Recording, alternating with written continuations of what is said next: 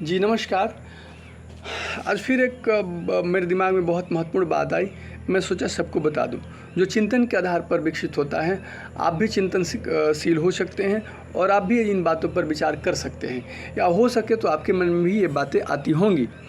पहली बात ये है कि हो सकता है कुछ लोगों को बुरा भी लग जाए, किंतु सच है ओशो रजनीश का बहुत निंदा हुआ। हालांकि वो बहुत तर्कशील व्यक्ति थे, पहुँचे हुए संत तो नहीं थे लेकिन तर्कशील व्यक्ति थे। मैं भी बहुत विद्वान व्यक्ति नहीं हूँ, मैं बहुत साधारण और निम्न स्तर का व्यक्ति हूँ। अभी बस छोटा मोटा चीज़ जानता हूँ, जानने का प्रयास करता हूँ। अभी सीख रहा हूँ, पढ़ रहा हूँ, समझने का प्रयास कर रहा हूँ। लेकिन मैंने जो सीखा, समझा, प्रयास किया, उसके आधार पर मैं आपसे कुछ बातें शेयर करना चाहता हूँ।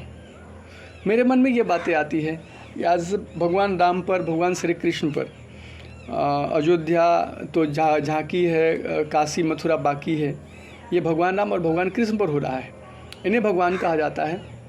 मैं भी इन्हें भगवान मानते रहा हूँ। मेरे माँ पिता, मेरे दादा, आज तक सबने इनको ईश्वर माना, और मेरे दिमाग में भी ये बातें जब ट्रेडिशनल चली आ रही है तो मैं भी मान रहा हूँ। क्या राम, क्या श्री राम भगवान हैं? अब आप कहेंगे कैसा पागल आदमी है, भगवान है तो हैं। क्या बजरंग बली देवता है तो हैं? तब अगर बजरंग बली देवता हैं, राम भगवान हैं, लक्ष्मण जी देवता हैं, सीता माता भगवान हैं, तो फिर इस पर सवाल क्यों? तो बाली सुग्री को भी भगवान होना चाहिए, रावण को भी भगवान होना चाहिए।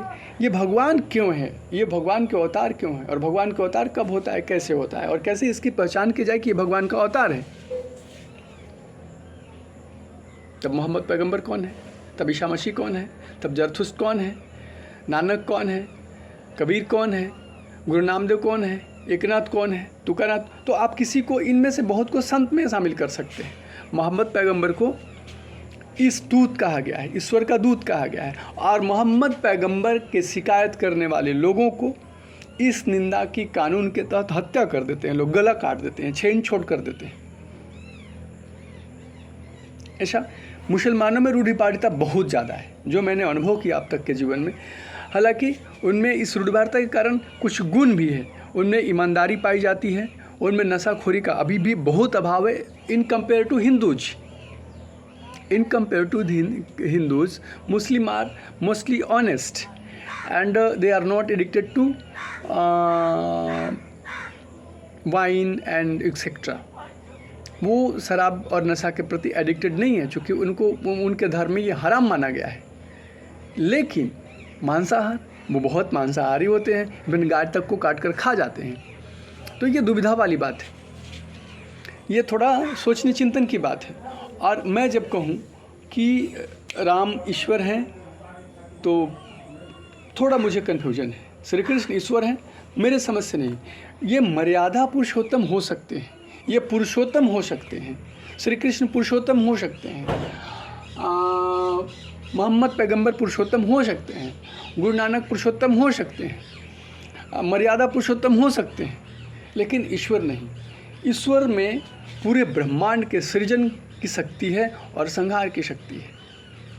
हालांकि महाभारत के कई एक अध्याय में दिखाया गया है कि कुरुक्षेत्र में उन्होंने अर्जुन को, श्री कृष्ण ने गीता का उपदेश दिया, और उस समय उन्होंने विराट रूप का दर्शन भी कराए।